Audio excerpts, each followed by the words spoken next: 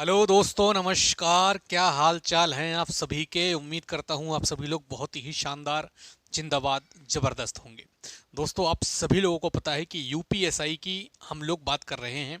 और यूपीएसआई की इससे पहले मैंने आपको दो वीडियो दी, जिसमें एक में मैंने आपको मैथ्स की स्ट्रेटेजी बताई, किस चैप्टर से कितने प्रश्न आपको देखने को मिलेंगे 2025 एग्जाम में।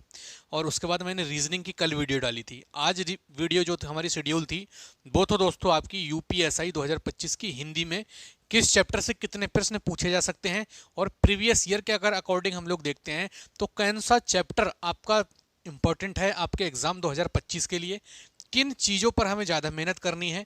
और ये जो तीन चीज़ें मैंने लिखी हैं इनका क्या रोल है, हिंदी को कैसे तैयार करना है, कितने घंटे हम हिंदी को दे सकते हैं, कौन सी बुक से हम लोग पढ़ सकते हैं। सबसे पहले अगर मैं आपको बात बताता हूँ साथी, तो हिंदी अगर आप यूपी के रहने वाले हैं और आप यूपी एग्ज़ाम्स की तैयारी कर रहे हैं तो यूपी एसआई में सिलेक्शन आप सभी लोगों के लिए इम्पोर्टेंट और आप सभी लोगों के लिए आसान है, कंपेयर करूँ मैं एसएससी और रेलवे स्टूडेंट से।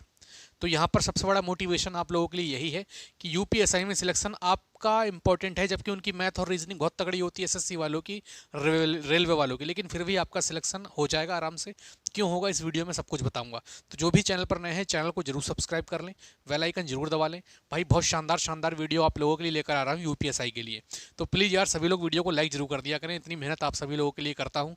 तो सभी लोग दोस्तों लाइक जरूर कर दिया करें वीडियो को, ठीक है। चलिए तो बात करते हैं यूपीएसआई हिंदी की रणनीति की हम लोग।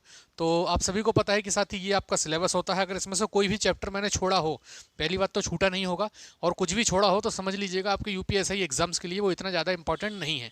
पढ़ना आपको उसको भी है, लेकिन उसको बाद में पढ़ लेंगे तब भी कोई दिक्कत वाली बात नहीं होगी, ठीक है। स्टार्टिंग करते हैं साथी हम लोग अपनी वर्णमाला से। अगर मैं वर्णमाला की बात करता हूँ तो वर्णमाला के दोस्तों दो क्वेश्चन आपको देखने को मिलेंगे आपके एग्जाम में, ठीक है। बुक बताऊंगा बहुत शानदार, कोई भी प्रमोशन वाली बुक नहीं होगी, बिल्कुल ऑथेंटिक चीज़ आपको बताऊंगा, कैसे तैयारी करनी है, क्या करना है, सब कुछ वीडियो में लास्ट तक बने रहना आप सभी लोग, ठीक है। लिंग वचन कारक अगर आपसे मैं पूछूं, लिंग वचन और कारक, यहाँ के दोस्तों 3 से 4 क्वेश्चन इन चीज़ों से आपसे दोस्तों पूछ जाएंगे। लिंग वचन कारक बहुत छोटे छोटे दोस्तों आपके ये चैप्टर हैं। आपका एक वचन, बहुवचन, ठीक है। लिंग में आपका कौन सा क्या है, मेरा, मेरी लगा के दोस्तों पता कर सकते हैं, अच्छा, अच्छी लगा के पता कर सकते हैं, ठीक है। वचन भी दोस्तों आपका इजी है, कारक भी दोस्तों आपका इजी है, ठीक है। तो संज्ञा दोस्तों, इसके बाद संज्ञा की मैं बात करता हूं तो 0 से 1 क्वेश्चन आपका आने आपको देखो दोस्तों में देखने को मिल सकता है संज्ञा का। सर्वनाम की अगर मैं बात करता हूं तो 1 क्वेश्चन, ठीक है। क्रिया की अगर मैं बात करता हूं तो 1 से 2 क्वेश्चन, ठीक है। क्रिया की 1 से 2 क्वेश्चन। और क्रिया में दोस्तों बच्चों को बहुत ज़्यादा दिक्कत कहाँ पर होती है आपकी दोस्तों, कि कौन सी क्रिया आपकी अकर्मक है, कौन सी क्रिया आपकी सकर्मक है, ठीक है।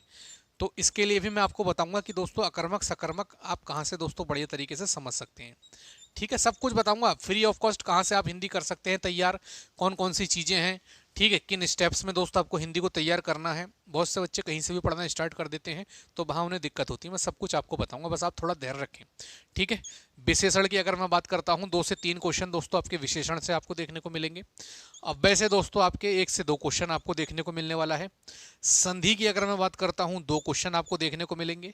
समास की अगर मैं बात करता हूँ 1 से 2 प्रश्न आपको समास से भी दोस्तों साथ ही देखने को मिलने वाला है मेरे भाई, ठीक है।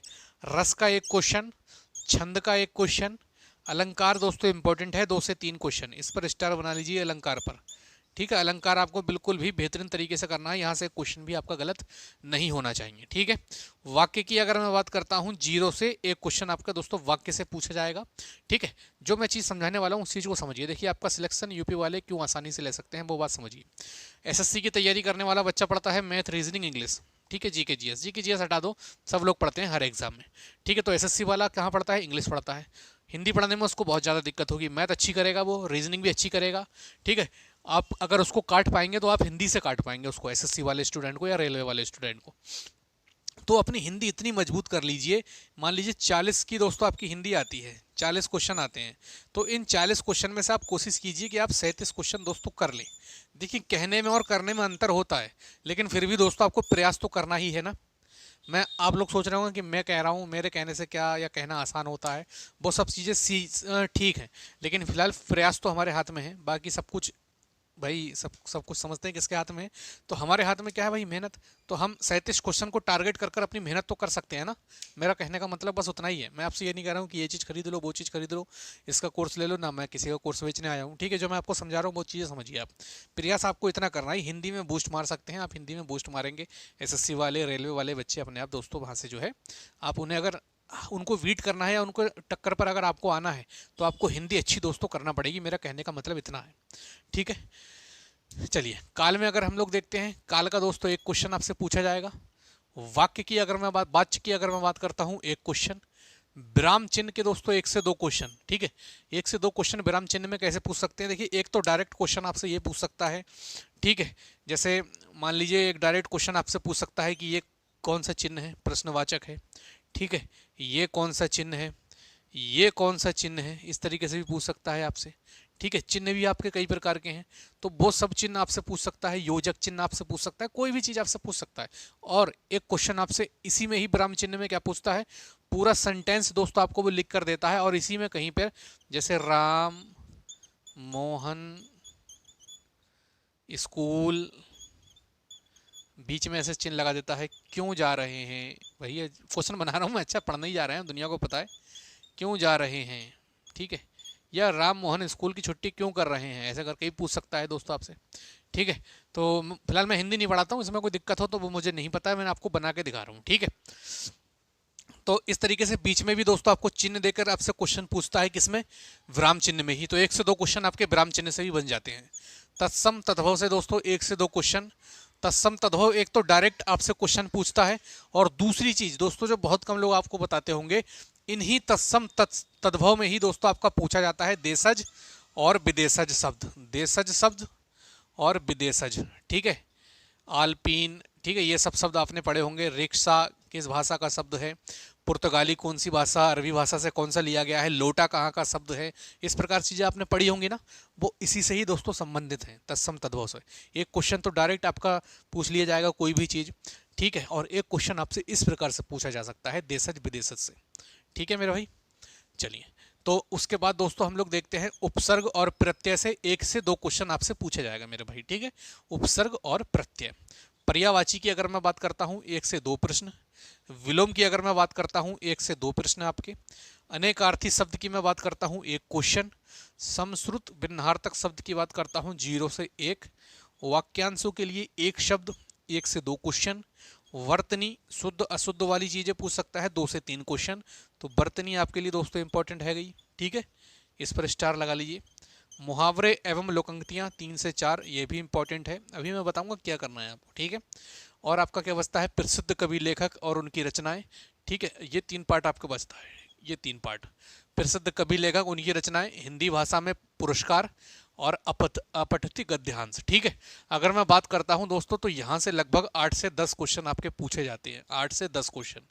तो ये पार्ट आपके लिए दोस्तों बहुत इंपॉर्टेंट है, ठीक है, यह पार्ट आपके लिए बहुत इंपॉर्टेंट है। और इसमें से भी जो ज़्यादा क्वेश्चन आपके पूछे जाएंगे, 8-10 में से भी 2 से 3 क्वेश्चन अगर कोई पूछे गए, 2 से 3 क्वेश्चन, तो दोस्तों यकीन मानिएगा बिल्कुल दोस्तों आपसे पूछे जाएंगे वो पुरस्कार से, हिंदी भाषा में पुरस्कार से। ये दोस्तों पार्ट आपका बहुत इंपॉर्टेंट है। 2 से 3 क्वेश्चन केवल यहीं से पूछ ले जाएंगे, हिंदी भाषा में पुरस्कार, प्रसिद्ध कवि लेखक उनकी रचनाएं, और अपठित गद्यांश से अगर मैं बात करूं, तो 3 क्वेश्चन यहाँ से अपठित गद्यांश से पूछ लिए जाएंगे। अगर इन 8-10 क्वेश्चन को मैं बांट रहा हूँ, तो 2-3-5 लगभग 6 क्वेश्चन यहाँ से। 3 क्वेश्चन जो बचे, 3 क्वेश्चन या 2 क्वेश्चन, वो दोस्तों यहाँ से पूछे जाएंगे, 3 क्वेश्चन या फिर 2 क्वेश्चन। इस प्रकार से मैंने इन चीज़ों को बांट दिया, ठीक है। तो सबसे इंपॉर्टेंट हिंदी भाषा में पुरस्कार आप लोगों को दोस्तों बहुत अच्छे से याद करना है। कौन सा पुरस्कार किसको मिलता है, या किसको कौन सा पुरस्कार मिला है, ठीक है। महादेवी वर्मा को कौन सा मिला, कमायनी किसकी वो है, जो रचनाएं वगैरह आ जाती हैं, ठीक है। तो अपठित गद्यांश से 3 क्वेश्चन आ जाते हैं। तो ये दोस्तों आपके लिए चीज़ें मैंने इसलिए अलग रखी हैं कि लगभग 8 से 10 क्वेश्चन आपसे पूछे जाते हैं इन चीज़ों के, ठीक है। और 30, 31, 29 क्वेश्चन यहाँ से आपके व्याकरण से फिक्स रहते हैं, ठीक है। अब हमें हिंदी को तैयार कैसे करना है, ये तो मैंने आपको पूरी रूपरेखा समझाई कि प्रीवियस ईयर के हिसाब से हमारे कौन से चैप्टर से कितने क्वेश्चन पूछे गए हैं और कौन सा चैप्टर आप सभी लोगों के लिए इंपॉर्टेंट है यूपीएसआई एग्जाम्स के लिए। वीडियो अभी तक अगर आपको पसंद आ रही है तो लाइक भाई जरूर कर दीजिए। आप सभी लोग जब लाइक करते हैं, प्यारी सी कमेंट करते हैं, तो मुझे बहुत प्यार अच्छा लगता है और वीडियोस बनाने के लिए और मेहनत करने के लिए आपके लिए मुझे अंदर से दोस्तों बहुत मोटिवेशन मिलता है। ठीक है, तो लाइक जरूर कर देंगे। अब देखिए ये क्वेश्चन दोस्तों है, हिंदी को कैसे तैयार करना है।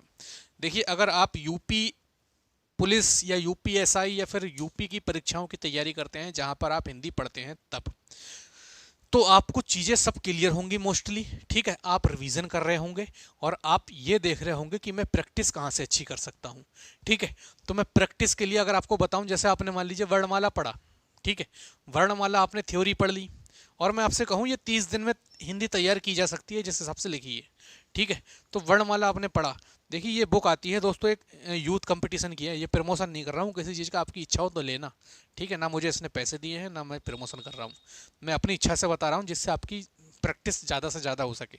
ठीक है, तो ये देखिए यूथ कंपटीशन की दोस्तों ये सॉल्व पेपर है यूपीएसआई के। ठीक है, तो इसमें 4150 क्वेश्चन है।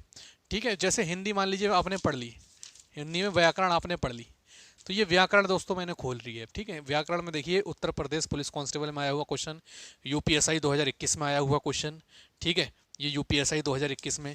तो देखिए व्याकरण केवल वर्णमाला से दोस्तों कितने क्वेश्चन है, देखिए बढ़िया तरीके से आप इसको पढ़ सकते हैं। ठीक है, तो वर्णमाला से दोस्तों आपके हैं 82 क्वेश्चन। तो मान लीजिए आपने वर्णमाला करी, ठीक है, वर्णमाला की आपने थ्योरी पढ़ी, उसके बाद इससे प्रैक्टिस कर लो। अगर इससे एक भी क्वेश्चन अगर आपका बाहर चला जाए तो आप आकर इस वीडियो को सेव कर लेना, कमेंट कर देना कि सर आपने बेवकूफ़ बना दिया, एक भी क्वेश्चन नहीं आया। डिट्टो क्वेश्चन तक दोस्तों आपको इसी बुक से दोस्तों रखे हुए देखने को मिल जाएंगे। इसी बुक से जो भी प्रीवियस ईयर आप लेना चाहें कुछ भी आप ले सकते हैं। ठीक है, आपको प्रश्न यही मिलेंगे। आप 2017 की हिंदी देख लेना, 2021 की हिंदी देख लेना, आपको प्रश्न वही मिलेंगे घुमा फिरा के।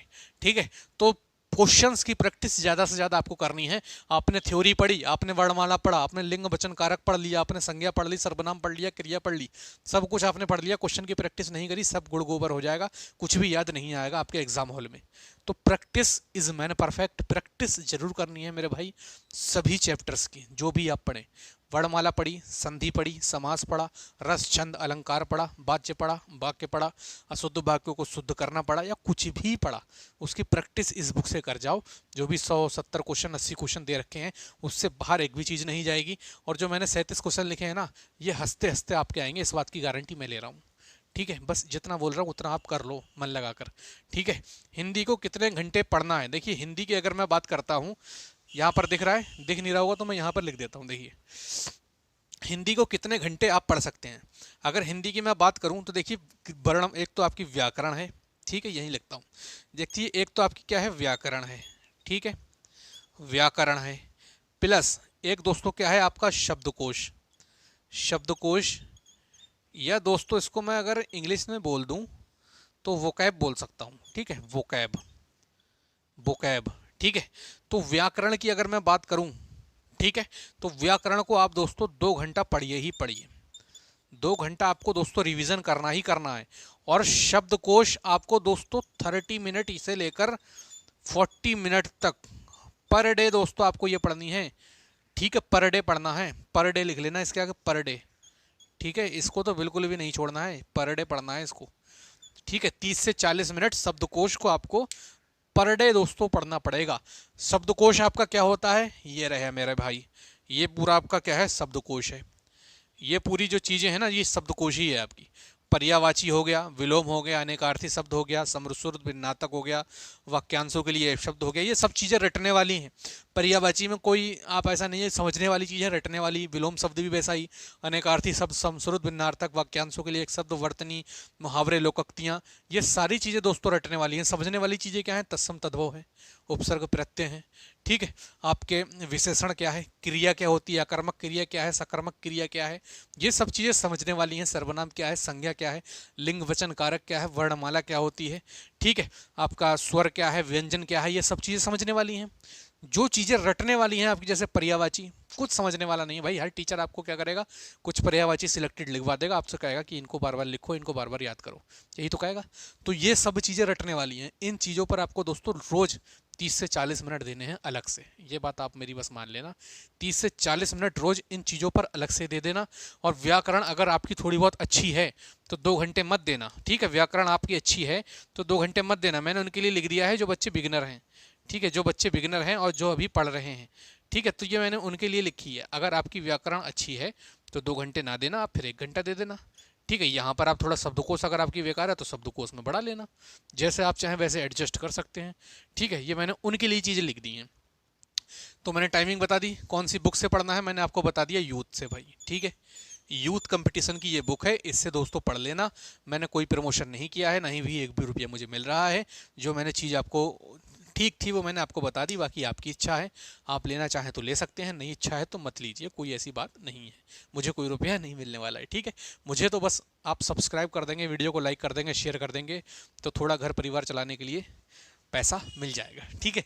तो अगर आप लोगों को वीडियो अच्छी लगी हो, जानकारी अच्छी लगी हो, कुछ छूटा तो नहीं है, एक बार मैं देख लेता हूँ मेरे भाई। सारी चीज़ें मैंने क्लियर कर दी हैं आपको, हाँ जी, ये भी बताया, ये भी सब चीज़ें बता दी, वो भी बता दी, बुक भी बता दी। कितने घंटे पढ़ना है, 2.5 घंटे भाई पढ़ना है आपको, ये मानकर चलिए। आपको हिंदी को हल्के में नहीं लेना है, बस बच्चे हिंदी को हल्के में लेते हैं, एग्जाम में गड़बड़ हो जाती है कहानी। अगर आप 30 या 31 क्वेश्चन कर रहे हैं तो आप ये मत समझिए हिंदी बहुत अच्छी है। 30-31 क्वेश्चन हर बच्चा करेगा भाई, ठीक है। आपको आगे निकलना है तो 37 क्वेश्चन, 35+ क्वेश्चन पर चाहिए आप, ठीक है। अगर आपको वाकई में दोस्तों कंपटीशन में रहना है तो 35 क्वेश्चन प्लस करिए आप एग्जाम में, ठीक है। 29 क्वेश्चन हर बच्चा कर लेगा हिंदी में, क्लियर है। तो सब कुछ मैंने आपको बता दिया। बाकी वीडियो अच्छी लगी हो तो लाइक कर देंगे भाई, चैनल पर जो भी नए, चैनल को सब्सक्राइब कर देंगे। और मैंने कल आपसे कहा था रीजनिंग वाली क्लास में, शायद मैंने आपको बताया था, जो स्ट्रेटेजी आपने नहीं देखी है, रीजनिंग की स्ट्रेटेजी मैंने बताई है, प्लेलिस्ट मैंने नीचे अपने जो है डिस्क्रिप्शन में डाल दी है। और मैथ की भी दोस्तों मैंने वीडियो डाल दी है, और रीजनिंग की मैं पिन भी कर दे रहा हूँ कमेंट बॉक्स में, आप वहाँ से भी रीजनिंग को देख सकते हैं, ठीक है। तो चलिए दोस्तों, उम्मीद करता हूँ वीडियो पसंद आई होगी। वीडियो पसंद है तो लाइक, शेयर, सब्सक्राइब जरूर कर देंगे। मिलते हैं नेक्स्ट वीडियो में, तब तक के लिए जय हिंद, जय भारत।